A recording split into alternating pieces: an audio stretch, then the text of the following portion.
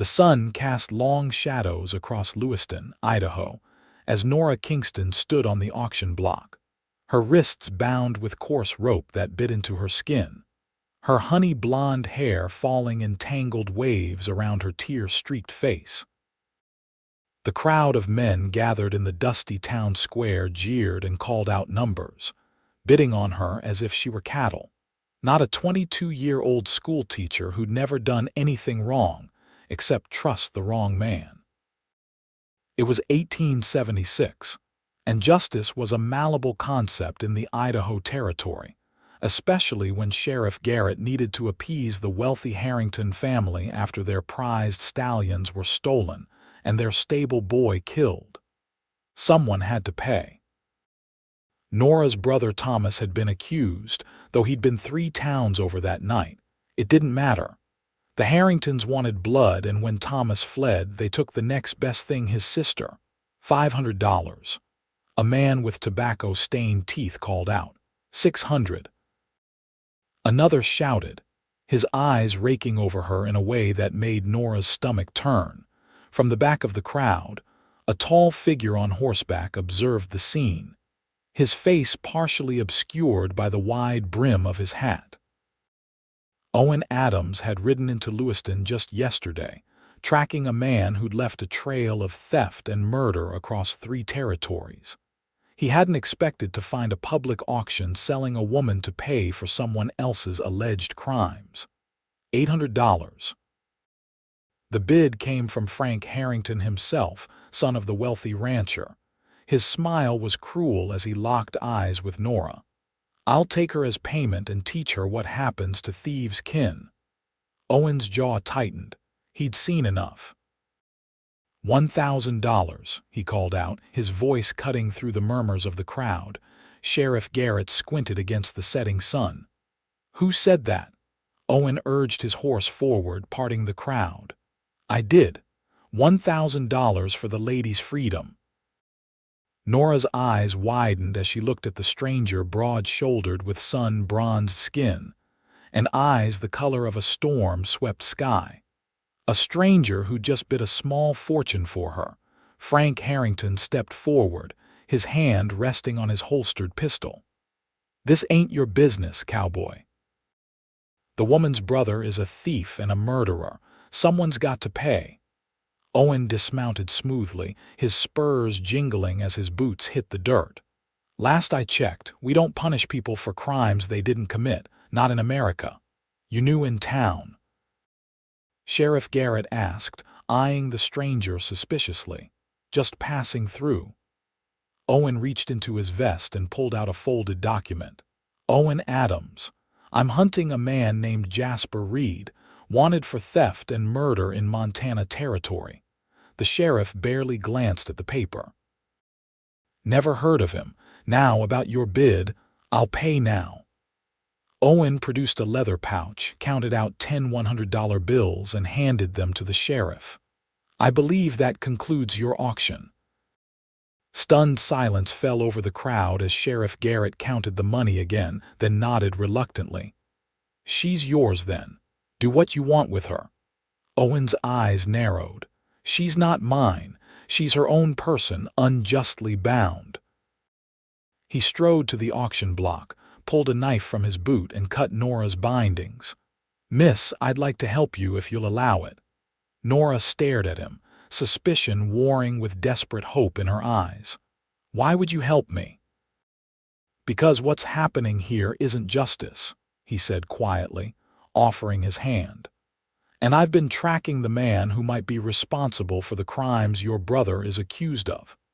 Nora hesitated, then placed her trembling hand in his. As he helped her down from the block, Frank Harrington pushed forward. "This isn't over," Frank snarled. "That woman's brother still owes a debt of blood." Owen positioned himself between Nora and Frank. "If your stallions were stolen by who I think they were, then you're looking in the wrong direction. I'll prove it." "You've got 3 days," Sheriff Garrett declared, pocketing the money. 3 days to prove the Kingston boy innocent, or this auction will resume with both of you on the block for obstructing justice." Nora's fingers tightened around Owen's hand. "I need to get my things." Owen nodded. "Where?" "The schoolhouse. I was the teacher here before." Her voice trailed off. "Let's go then," Owen said, leading her to his horse. He helped her mount before swinging up behind her. With a click of his tongue, the chestnut gelding trotted away from the angry crowd.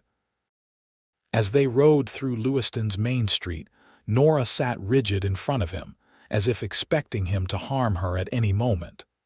"I don't know who you are, Mr. Adams, but I want to be clear, I won't be trading one form of bondage for another." "I understand, Miss Kingston. I'm not looking for anything from you except the chance to find the truth. I believe your brother is innocent and the man I'm tracking is guilty." She turned slightly, studying his face. "Why would you think that?" "Because Jasper Reed has been stealing horses and killing men from Montana to Oregon. He has a pattern. He takes valuable horses, shoots anyone who gets in his way, and then pins the blame on someone local before disappearing." They reached the small white schoolhouse at the edge of town. Owen dismounted and helped Nora down, maintaining a respectful distance once her feet touched the ground. "Wait here," she said, disappearing inside. She emerged minutes later with a small carpetbag. "This is all I have left. They seized our family home after Thomas fled." Owen took the bag and secured it to his saddle. "Do you know where your brother might have gone?" "No," she answered, her voice breaking. "He sent a letter saying he was innocent and going to find proof, but that was 2 weeks ago. No one's heard from him since." Owen nodded grimly. "We need a place to stay while we figure this out." "Not in town," Nora insisted. "Everyone here believes Thomas is guilty. They won't help us." "There's a homestead about 5 miles east," Owen suggested. "I passed it on my way here. Looked abandoned." Nora's eyes lit with recognition. "The old Peterson place. They left last year after drought killed their crops. It would have shelter at least." As dusk settled over the Idaho landscape, Owen and Nora rode east, away from Lewiston and its broken justice. The fading light painted the rolling hills in hues of gold and purple, masking the harshness of the land with evening's gentle brush. Nora sat stiffly before him, her back not quite touching his chest, maintaining what little distance she could. "How do you know this Jasper Reed is in this area?" she asked after they'd ridden in silence for several miles. "I've been tracking him for 6 months, Owen explained, his voice low near her ear. "He was in Missoula when 3 horses were stolen and a rancher killed. Then Boys, where a similar crime occurred. The descriptions match a tall man with a scar across his left cheek. He befriends locals, learns which ranches have the best horses, then strikes. And you think he came to Lewiston? I know he did. I found his campsite 2 days' ride from here. He left in a hurry but dropped this." Owen reached around her to pull something from his vest pocket, a carved wooden pendant on a leather cord. Nora gasped, taking it with shaking hands. "This is Thomas's. Our father made this for him before he died." Owen nodded grimly. "That's why I stopped in Lewiston. I was going to ask about recent thefts when I came upon your situation." The abandoned Peterson homestead appeared on the horizon, a small cabin with a leaning barn beside it. As they approached, Owen scanned the area for signs of recent occupation, but found none. The cabin door hung partially open, creaking in the evening breeze. "Wait here," he said, dismounting and drawing his revolver. He approached cautiously, checking inside before returning to Nora. "It's clear, dusty, but the roof's intact." Inside, the cabin was sparse: a table with 2 chairs, a small iron stove, and a rope bed in the corner. Owen busied himself lighting the stove with kindling he found stacked beside it, while Nora dusted off the table and bed as best she could. "I'll sleep outside," Owen said, unrolling his bedroll near the door. "You take the bed." Nora stopped her cleaning, studying him carefully.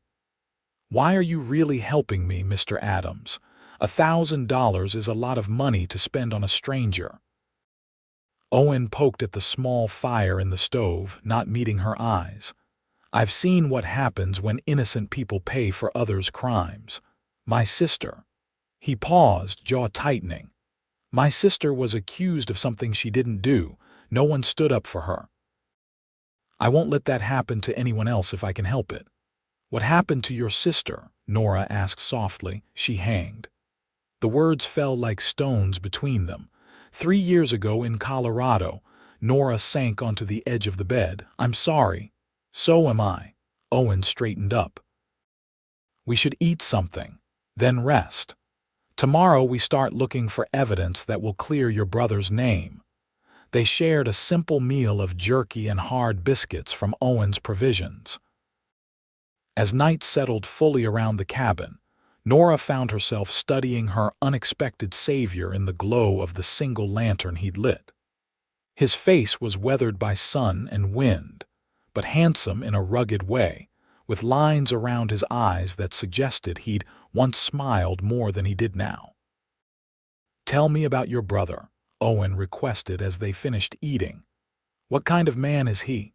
"Thomas is gentle," Nora said, a fond smile touching her lips. "He raises horses himself. That's why this accusation is so absurd. He'd never steal another man's animals, and he certainly wouldn't kill for them. He taught me to ride when I was 5, saying a woman should always be able to make her own way if needed." Her smile faded.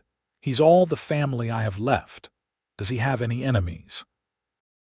"Anyone who might want to frame him?" Nora shook her head. "No, but—" She hesitated. "There was a dispute with Frank Harrington a few months back.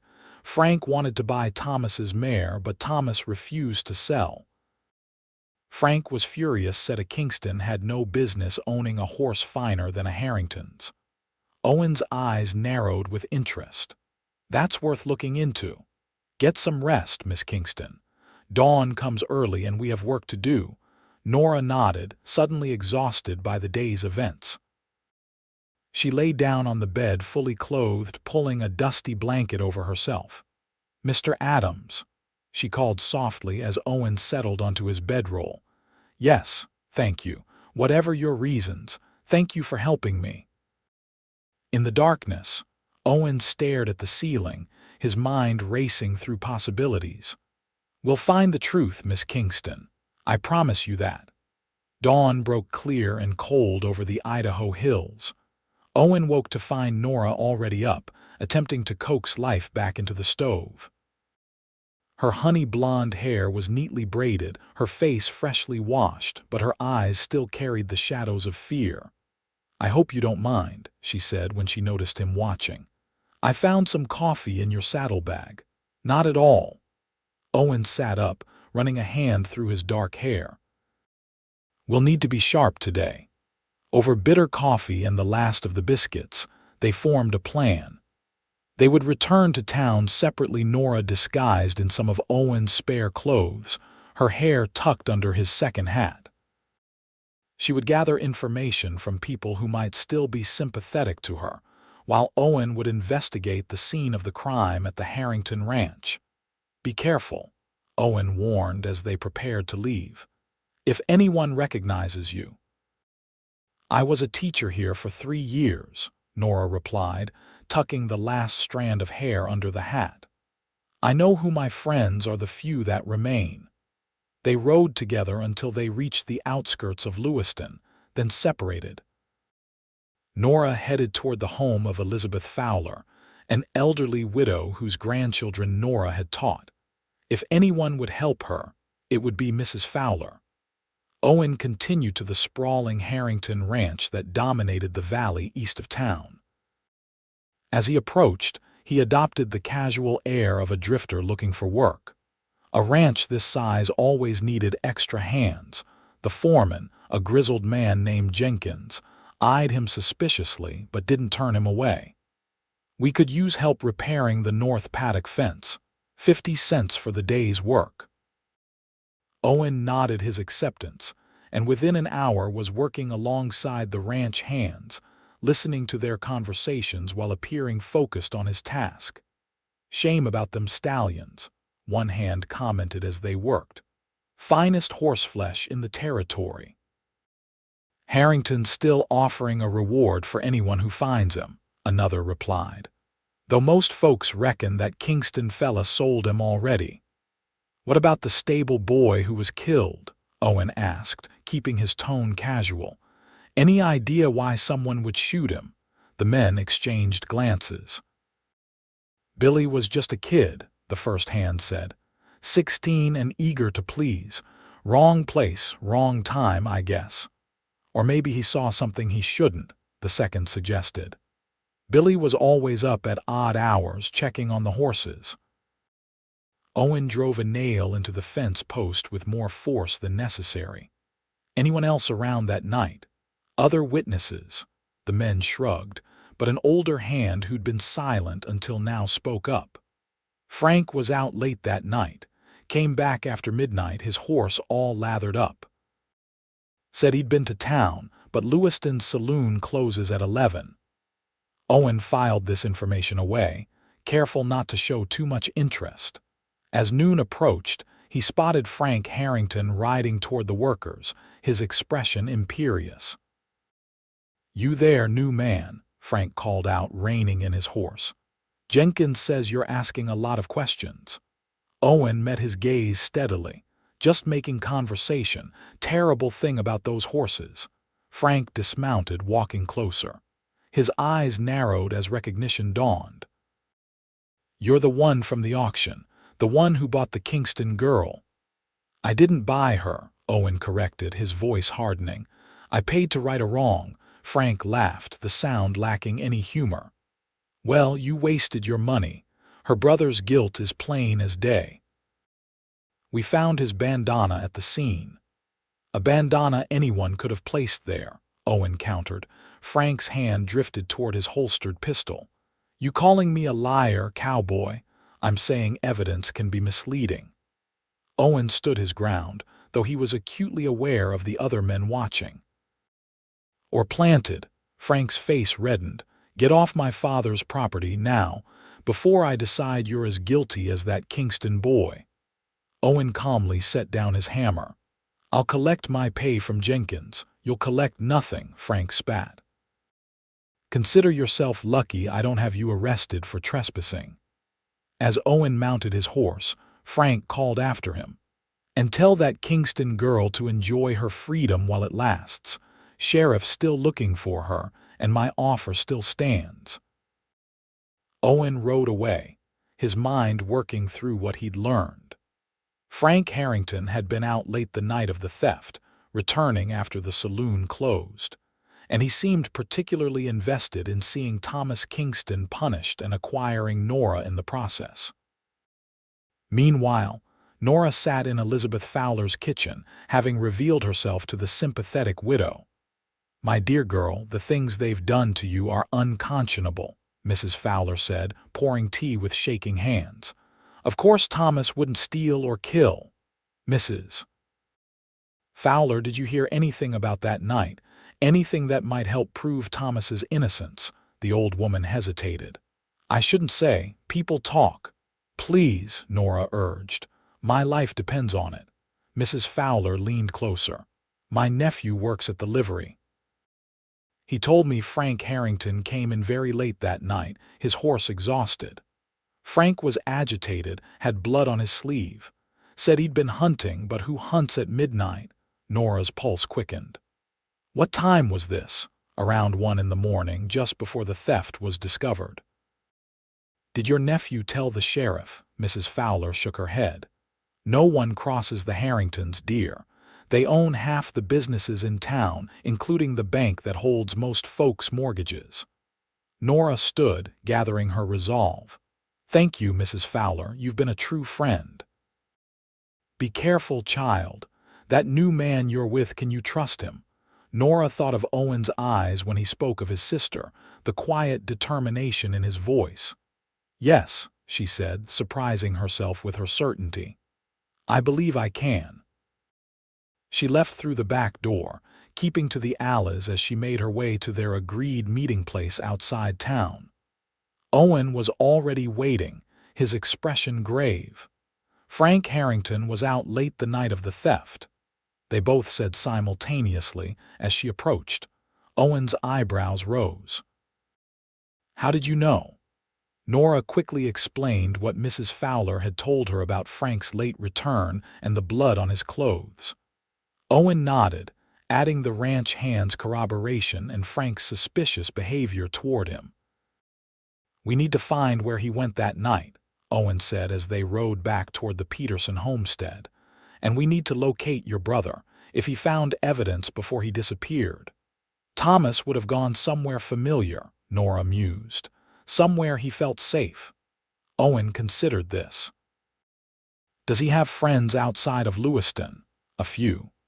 There's a Nez Perce family he trades with. They live near the Clearwater River, and he sometimes visited an old prospector named Hank who has a cabin in the hills north of here." "We'll check both places," Owen decided. "The Nez Perce first, since they're closer." They rode in companionable silence for a while, the rhythm of the horse beneath them and the vast Idaho landscape stretching around them.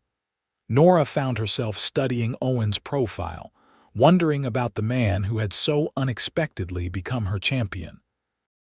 "Tell me about yourself, Mr. Adams," she ventured. "Before you became a hunter of men." Owen's expression remained neutral, but something in his eyes softened. "Not much to tell. I grew up in Missouri. My father was a blacksmith. I learned his trade, then joined the Union Army when the war broke out. After that," he shrugged, "I drifted, worked ranches, did some scouting for the Army. Then my sister was accused of theft she didn't commit, and I was too late to save her." "So you became a bounty hunter to find real criminals." "Something like that, though I prefer to think of myself as someone who seeks the truth." He glanced at her. "What about you? How does a young woman end up teaching school in Lewiston?" Nora's lips curved in a sad smile. "My parents died of fever when I was 16. Thomas raised me after that. I always loved books, so when Lewiston needed a teacher, I took the position. It wasn't much pay, but it was respectable work, and I enjoyed helping children learn." "You'll teach again," Owen said with certainty. "Once we clear your brother's name." They reached the Nez Perce encampment as the afternoon light began to fade. Owen approached cautiously, aware that relations between whites and natives were often tense. A young warrior met them, his expression guarded until Nora removed her hat, letting her blonde hair fall free. "Nora Kingston," the warrior said, his stern face relaxing slightly. "Thomas's sister." "Hello, Joseph," Nora greeted him. "This is my friend Owen Adams. We're looking for Thomas." "Have you seen him?" Joseph hesitated, looking between them. "Come, my father will speak with you." They followed him to a large tipi where an elder sat outside, his weathered face impassive as they approached. Joseph spoke to him in their native tongue, and the old man nodded. "I am Running Elk," he introduced himself in perfect English. "Thomas Kingston is our friend. Why do you seek him?" Nora explained the situation: Thomas's accusation, her near slavery, and their search for the truth. Running Elk listened without interruption, his dark eyes occasionally flicking to Owen. "Thomas was here," he finally confirmed. 10 days ago. He was injured. A bullet had grazed his shoulder. He said men were hunting him for a crime he did not commit." "Where did he go?" Owen asked. "North. To the mountains. He said he had seen who really stole the horses and killed the boy, but needed proof." Running Elk's expression darkened. He believed the Harrington son was involved, but not alone. "Did he say who else?" Nora pressed. "A man with a scarred face. A white man who had been in town only a few weeks." Owen and Nora exchanged a meaningful look. "Jasper Raid," Owen murmured. "Did Thomas say where in the mountains he was going?" Nora asked. Running Elk shook his head. only that he knew of a place where stolen horses might be hidden. He left at dawn. My son Joseph offered to go with him, but he refused, saying it was too dangerous. As darkness fell, the Nez Perce offered them hospitality for the night. Nora accepted gratefully while Owen stepped outside to check on their horse. Joseph followed him. "The man with the scar," Joseph said quietly. "I have seen him. 3 days ago, riding toward Eagle Mountain with 2 others. Owen's attention sharpened. "Eagle Mountain, that's north of here," Joseph nodded. "There are many caves and hidden valleys. A good place to hide stolen horses or to ambush a man who follows you there." Owen thanked him for the information, a cold dread settling in his stomach. If Thomas had followed Reed to Eagle Mountain and been ambushed, he pushed the thought away. They would find him, one way or another. When he returned to the tipi, Nora was deep in conversation with Running Elk's daughter, who was showing her how to weave a small basket. The firelight caught the gold in her hair, the determination in her eyes as she concentrated on learning the skill. Something shifted in Owen's chest, an unexpected warmth that had nothing to do with the fire. He cleared his throat. "We should leave at first light for Eagle Mountain. Joseph says Jasper Reed was seen heading there 3 days ago."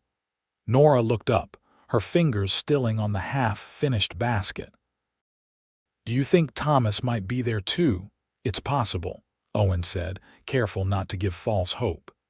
"It fits with what Running Elk told us, a place to hide stolen horses." That night, as they slept on opposite sides of the tipi, Owen found himself unable to rest. The case was coming together, but the pieces painted a dangerous picture. Frank Harrington and Jasper Reed working together to steal the horses, killing the stable boy who witnessed their crime, then framing Thomas Kingston. But why frame Thomas specifically? Was it just because of the dispute over Thomas's mare, or was there something deeper? And then there was Nora. In just 2 days, she had shown more courage and determination than many men Owen had known. The thought of her being sold to pay for someone else's crime made his blood boil. The thought of her being sold to Frank Harrington was even worse.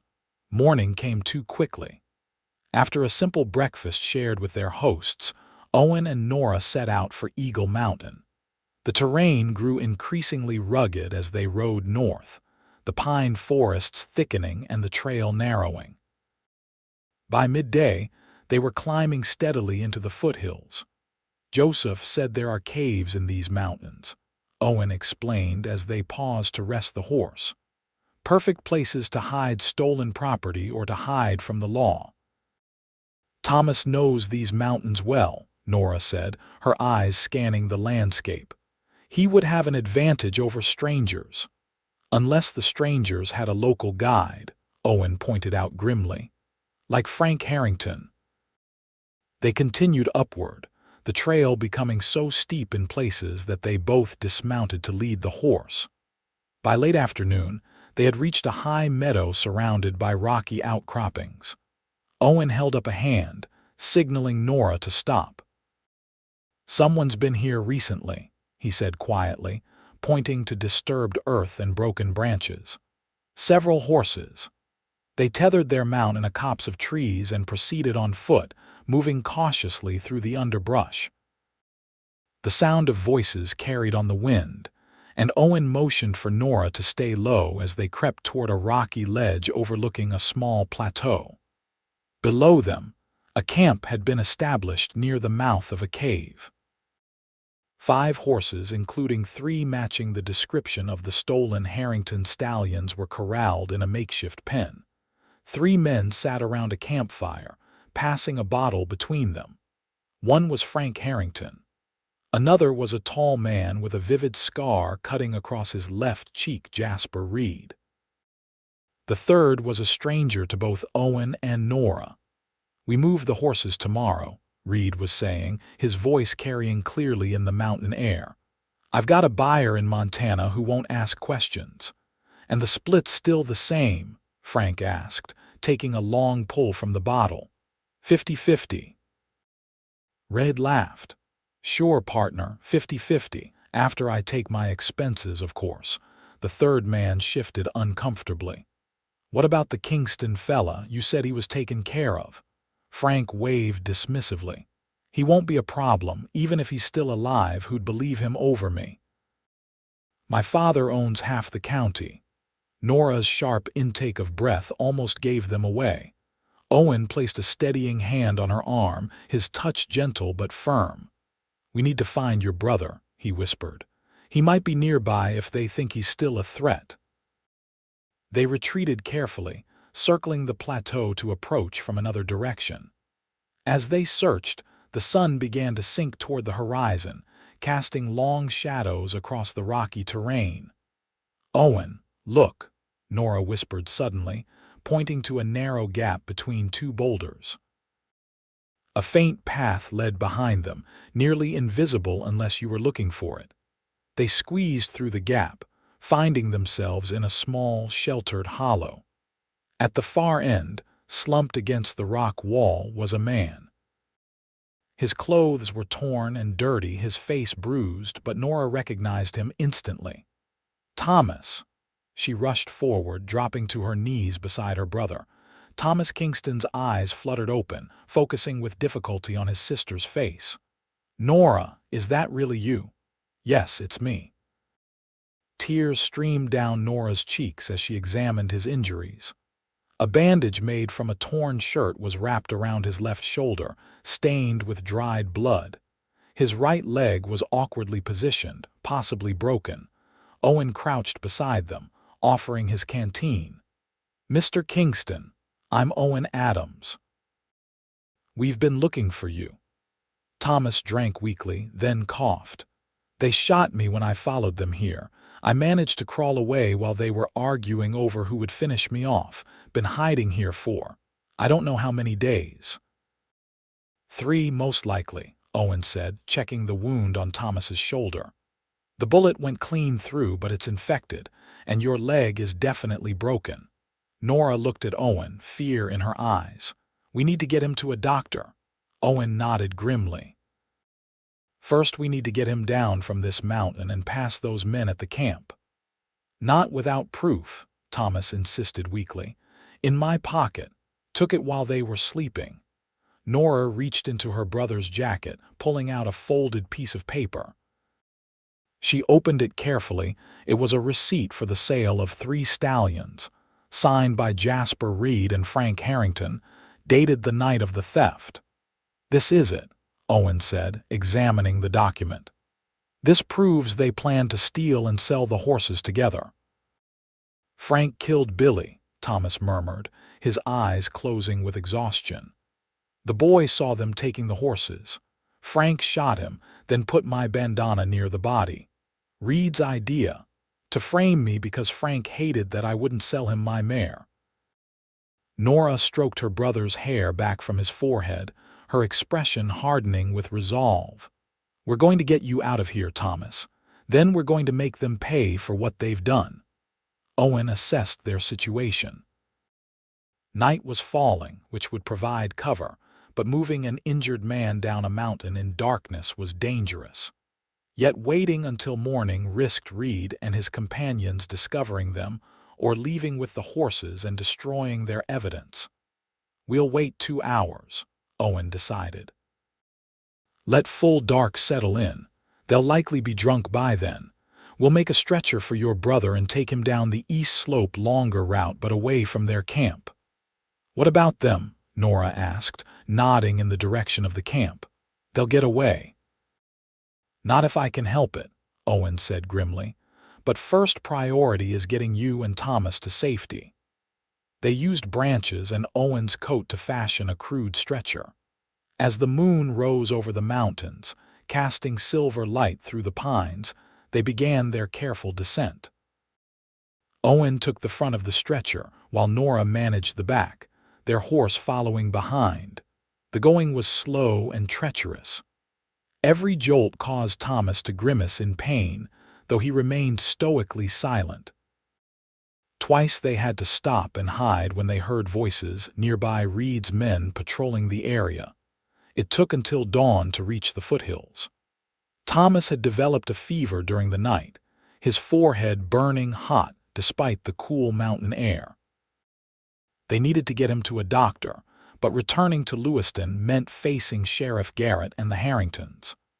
"There's a Nez Perce healer near the Clearwater River," Nora suggested as they rested in the shelter of a grove of aspens. She helped Thomas once before when he was injured breaking a horse. Owen nodded, his face haggard from the night's exertion. "That's our best option for now. Once your brother is stable, I'll ride to the county seat in Grangeville. The territorial marshal there will listen to evidence of horse theft and murder, even against a prominent family." As they prepared to continue their journey, the sound of approaching horses froze them in place. Owen drew his revolver, positioning himself in front of Nora and Thomas. Three riders emerged from the trees, Joseph and two other Nez Perce warriors. "We saw your fire last night on the mountain," Joseph explained, dismounting. "Running elk sent us to help." Relief washed over Nora's face.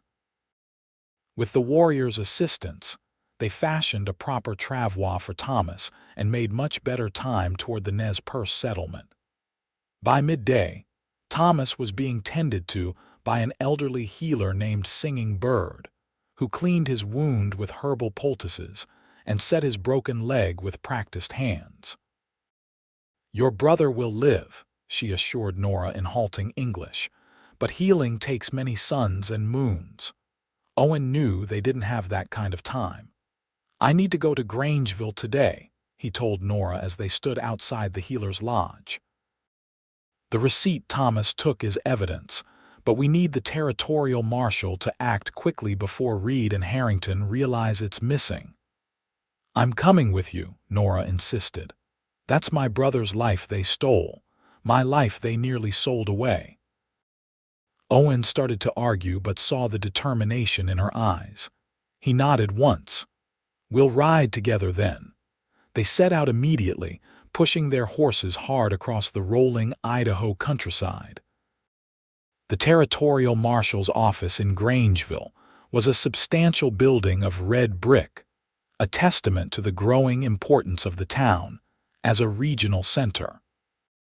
Marshal Daniel Webb was a gray-haired veteran of frontier law enforcement, his weathered face impassive as Owen and Nora presented their evidence and told their story. "This is a serious accusation against a prominent family," Webb said when they finished, holding the receipt carefully by its edges. "But if what you're saying is true, we're talking about horse theft, murder, and conspiracy to pervert justice." "It's all true," Nora said firmly. "My brother is injured because he discovered the truth, and I was nearly sold into servitude to cover their crimes." Webb's eyes hardened. "That auction business is illegal 6 ways from Sunday. Sheriff Garrett will have to answer for that too." He stood, reaching for his hat and gun belt. "I'll gather a posse. We ride for Eagle Mountain within the hour." "Reed and his men might be gone by now," Owen warned. "They were planning to move the horses today." "Then we'll track them," Webb declared. "No one commits murder and horse theft in my territory and escapes justice. I don't care how rich their daddy is." 2 hours later, Owen and Marshal Webb were riding at the head of a 6-man posse, following the trail up Eagle Mountain. Nora had reluctantly remained in Grangeville, persuaded that the confrontation ahead was too dangerous. They reached the plateau by mid-afternoon to find the camp deserted, but the tracking was easy. 3 men driving 5 horses left clear signs, especially since they were moving quickly and carelessly. "They're heading west," one of the posse members noted, examining hoof prints. "Toward the Snake River crossing. Trying to reach Oregon territory," Webb surmised.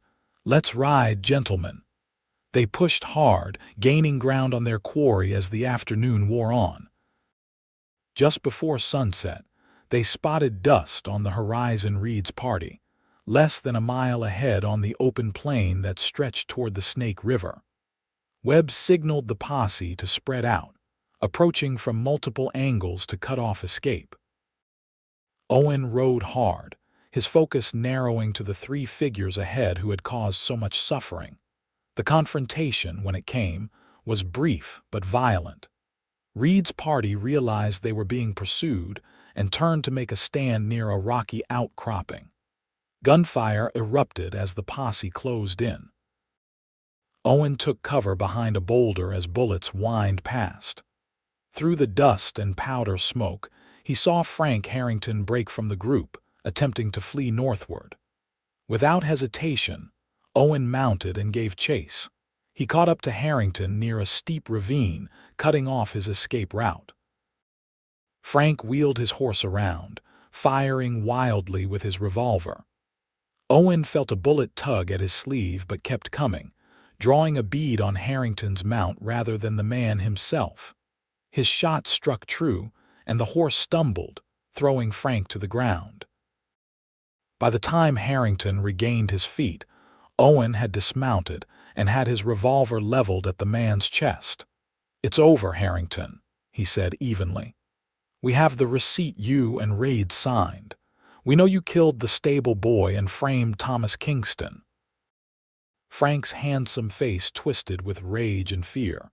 "You can't prove anything. My father can't buy his way out of murder," Owen finished for him. "Not this time." For a moment it seemed Frank might surrender, then his hand flashed to a hidden derringer in his boot. Owen fired once, the shot echoing across the plain. Frank Harrington collapsed, clutching his shattered shoulder, his small pistol falling uselessly to the dirt. Back at the main confrontation, Reed and his companion had surrendered after Reed took a bullet in the leg. By nightfall, all three men were in custody, being transported to the Grangeville jail under heavy guard. "You did good work, Adams," Marshal Webb said as they rode side by side. "Ever consider wearing a badge yourself? Territory could use men like you." Owen shook his head. "I'm just looking for justice where I can find it." "Well, you found it today. Those three will hang for murder, sure as sunrise." They reached Grangeville well after midnight. Nora was waiting anxiously at the marshal's office, her face lighting up with relief when she saw Owen. "It's done," he told her simply. "They're in custody and the evidence is overwhelming. Your brother's name will be cleared." Tears welled in Nora's eyes as she impulsively embraced him. Owen stood frozen for a moment, then his arms came around her, holding her steady as emotion overcame her. "Thank you," she whispered against his chest, "for believing in us when no one else would." The next several days passed in a whirlwind of legal proceedings. Marshal Webb sent deputies to Lewiston to arrest Sheriff Garrett for his role in the illegal auction. The elder Harrington tried to use his influence to free his son, but found that even his considerable wealth couldn't overcome the evidence against Frank. Thomas recovered slowly under Singing Bird's care. When he was well enough to travel, Owen and Nora brought him to Grangeville to give his testimony to the territorial judge. His account of following Reed and Harrington to their mountain hideout, of witnessing their discussions about the stolen horses and the murder, sealed their fate. Justice, so elusive on the frontier, had finally been served. The Harrington stallions were recovered and returned to the ranch, now managed by the elder Harrington's nephew since Frank awaited trial in the territorial prison. Thomas's name was publicly cleared, and the town of Lewiston was forced to offer reparations for their treatment of the Kingston siblings. As summer turned to autumn, Owen found himself lingering in Grangeville longer than he'd intended. He told himself it was to ensure the case was fully resolved, but the truth was simpler and more profound. It was Nora who kept him there, her quiet strength, her unwavering loyalty to her brother, her smile that seemed to come more readily now that the shadow of false accusation had been lifted. They began riding together in the evenings after Nora finished her day at Grangeville School, where she'd been offered a teaching position. Their conversations ranged from literature to philosophy to simple childhood memories, each revelation drawing them closer. On a golden afternoon in late September, they rode to a high meadow overlooking the Clearwater Valley, the trees below them a tapestry of scarlet and gold. "I received a letter from the territorial governor today," Nora said as they sat side by side on a fallen log. "He's ordered an investigation into judicial practices in Lewiston County based on what happened to Thomas and me." "Good," Owen replied. "What happened to you shouldn't happen to anyone else." Nora studied him, her head tilted slightly. "Have you decided what you'll do next?" Now that Jasper Reed is awaiting trial, Owen looked out over the valley, the question echoing one he'd been asking himself for weeks. "I've been considering Marshall Webb's offer to join his office." "You'd stay in Grangeville," Hope colored her voice, though she tried to keep her tone neutral. "I might," Owen said, turning to face her, "if I had a reason to." The air between them seemed to still, charged with unspoken feelings that had been building since that first moment on the auction block. Could I be reason enough?" Nora asked softly, courage in every word. Owen reached out slowly, his weathered hand taking hers. "More than enough. Nora, these past months getting to know you, I never expected to find someone who could make me want to stop wandering. And I never expected to find a man who would risk everything for justice, who would see me as a person worth saving, not property to be bought." She squeezed his hand, her eyes bright with emotion. "You saved yourself as much as I saved you," Owen said earnestly. "Your courage, your determination to clear your brother's name, that's what made the difference." The evening breeze carried the scent of pine and distant wood smoke as they sat together, the space between them gradually disappearing until Nora's head rested against Owen's shoulder, his arm around her waist. "I've fallen in love with you, Nora Kingston," Owen said quietly, the words simple but profound in the vastness of the Idaho wilderness. "I don't have much to offer except a desire to build something good, something honest." Nora turned her face up to his, her eyes reflecting the golden light of the setting sun. "That's all I've ever wanted. Someone true, someone who sees the world as it should be, not just as it is." Her hand came up to touch his cheek. "I love you too, Owen Adams." Their first kiss was gentle, a promise exchanged as the sun painted the sky in shades of amber and rose. When they finally broke apart, Owen's smile held none of the haunted sorrow that had marked him when they first met. "So you'll stay?" Nora asked, her fingers still entwined with his. "I'll stay," he confirmed. "Marshall Webb seems determined to have me wear a badge, and I find I'm tired of chasing shadows across territories." Winter came to Idaho territory with a blanket of snow and biting winds. Thomas Kingston had fully recovered and purchased new land south of Grangeville, where he began breeding horses once more. Owen accepted the deputy marshal position, his reputation for fairness and determination quickly earning him respect throughout the county. On Christmas Eve, with snow falling gently outside the windows of the small church in Grangeville, Owen and Nora were married in a simple ceremony attended by Thomas, Marshall Webb, and friends both old and new. Nora wore a dress of deep blue velvet, a gift from the grateful women of Grangeville who had heard her story and admired her resilience. "Never thought I'd see Owen Adams settle down," Webb commented to Thomas during the celebration afterward. "He was like a force of nature when he was tracking outlaws, never stopping, never resting until justice was done." Thomas smiled, watching his sister and her new husband dancing slowly in the center of the room, their faces alight with joy. Some forces of nature are meant to be harnessed, not just endured. My sister has a way of seeing the best in people and helping them see it too.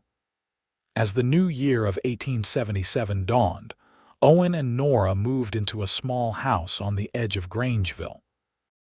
Nora continued teaching while Owen's work with the marshal's office took him throughout the territory, though never for too long, and always with a promise to return home to her. Spring brought news that the men responsible for the crimes against the Kingstons had received their just punishment. Jasper Reed and Frank Harrington were sentenced to hang for murder, while the corrupt Sheriff Garrett received 5 years in territorial prison for his role in the illegal auction and obstruction of justice. On a warm evening in May, as they sat on the porch of their home watching the sunset, Owen handed Nora a small package wrapped in brown paper. "What's this?" she asked, smiling curiously.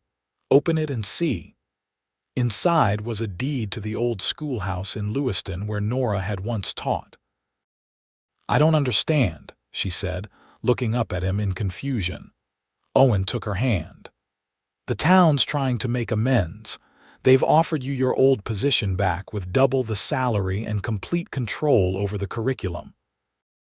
And they've deeded the schoolhouse to you personally, so no one can ever take it away again." Nora stared at the document, emotions warring on her face. "Go back to Lewiston, after everything that happened. Only if you want to," Owen assured her. "Marshal Webb says I can transfer there if you decide that's what you want, or we can stay right here. It's your choice, Nora." She was quiet for a long moment, considering. "There are children in Lewiston who need a good education," she said finally. "Children who shouldn't be punished for the sins of their parents or town leaders." Owen nodded, understanding. "You want to go back?" "I think I do," Nora admitted. "Not out of forgiveness for what they did, but because it's a chance to build something better. To show that justice doesn't end with punishment, it continues with rebuilding and education." "Then we'll go," Owen said simply. "Together." By summer's end, they had relocated to Lewiston. The town had changed in the wake of the scandal. The elder Harrington had sold his holdings and moved east, unable to bear the shame of his son's crimes. New leadership had emerged, people determined to move beyond the corruption of the past.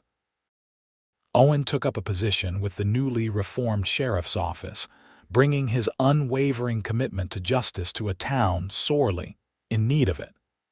Nora reopened the schoolhouse, quickly earning the respect of parents and the adoration of her students.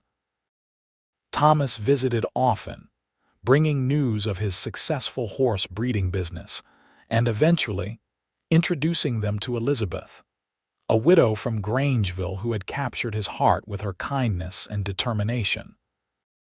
In the spring of 1878, Nora shared her own news with Owen as they walked along the banks of the Clearwater River, the water high with snowmelt from the mountains.